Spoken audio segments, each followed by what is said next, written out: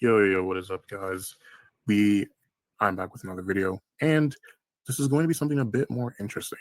So obviously, if you've been on the internet the last couple of days, you will obviously know that there's been a lot of talk about whether 100 men could realistically beat a gorilla.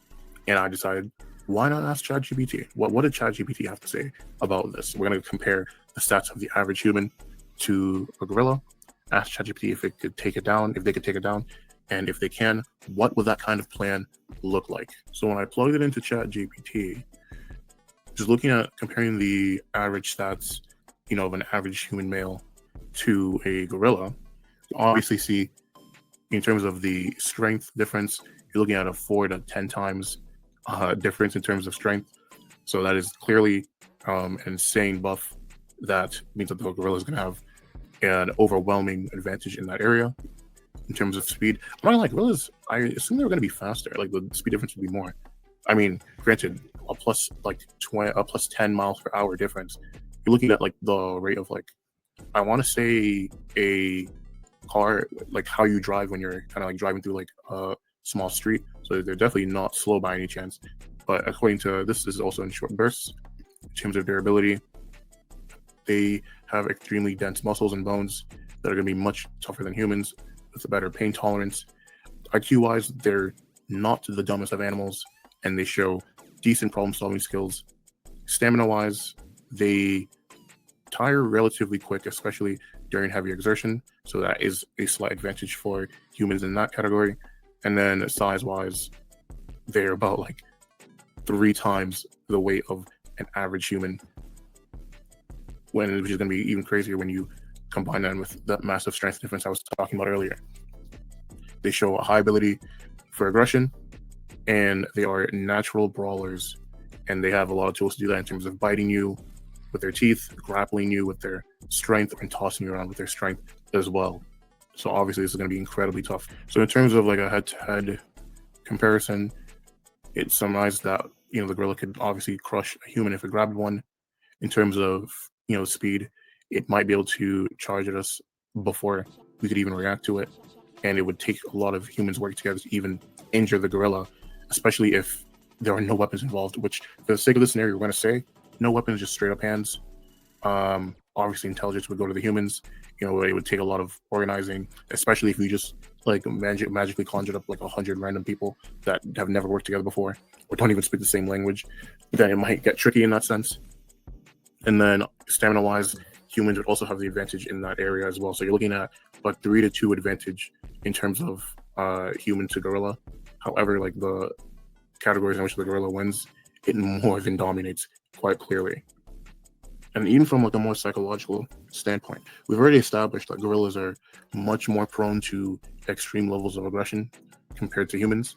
And when you consider just how much damage they are going to do, because some people are going to get clapped in this conflict, that can be one of those things that's very intimidating, which could mess up, the human ability to actually execute anything, especially when they see people around them getting like body parts like destroyed and whatever.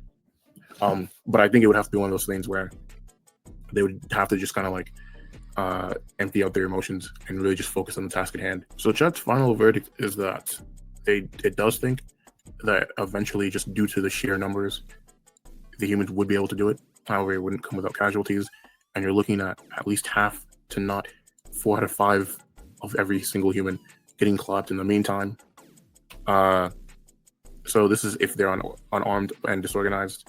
If they're unarmed and organized, it thinks that it would go down significantly in terms of the people that would get clapped, which I can kind of see, especially if you strategize around the stamina issues, as well as just the fact that there's only one gorilla and like 100 people. And then apparently if it's lightly armed, then it thinks that humans could win without suffering any major casualties whatsoever, which I do find a bit interesting. So I asked ChatGPT to come up with like an actual plan on how 100 people could pull this off.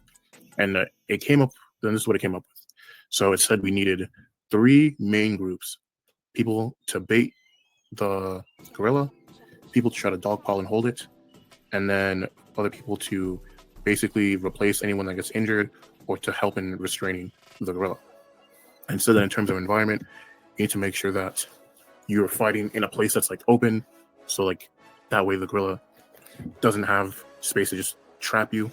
And ideally you want to be spread out at least like 30 feet. And then basically you have like the baiting group, or what's called here the faster movers, that will, you know, try to taunt the gorilla and take its attention away from everybody else. And the goal is to force the gorilla to sprint so they can, you know, waste energy on that and try to see if you can, you know, do this without having it catch anybody, which I don't know about that second part, but hey, that's the goal anyway. You kind of want to rotate, you know, every like 30 seconds to avoid anybody getting exhausted while still having the gorilla chase.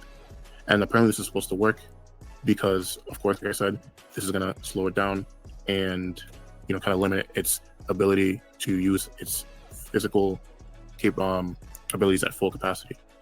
So then we move into the next phase.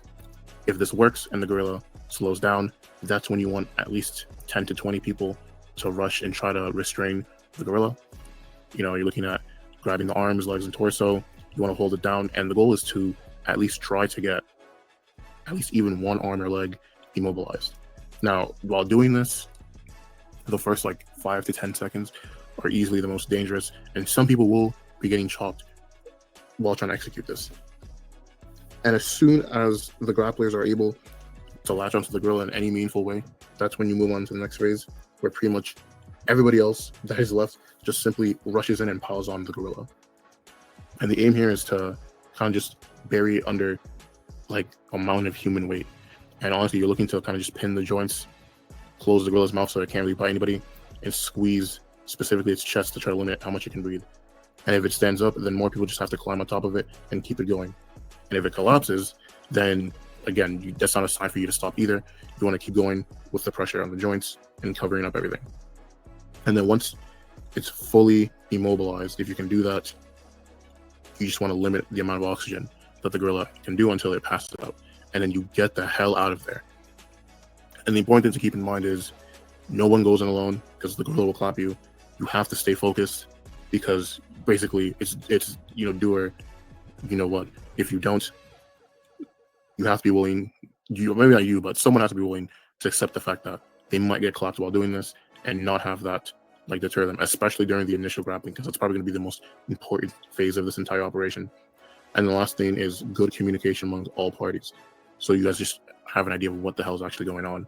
Realistically, according to chat, you're looking at least 15 to 20 people that are going to get clapped in the early stages.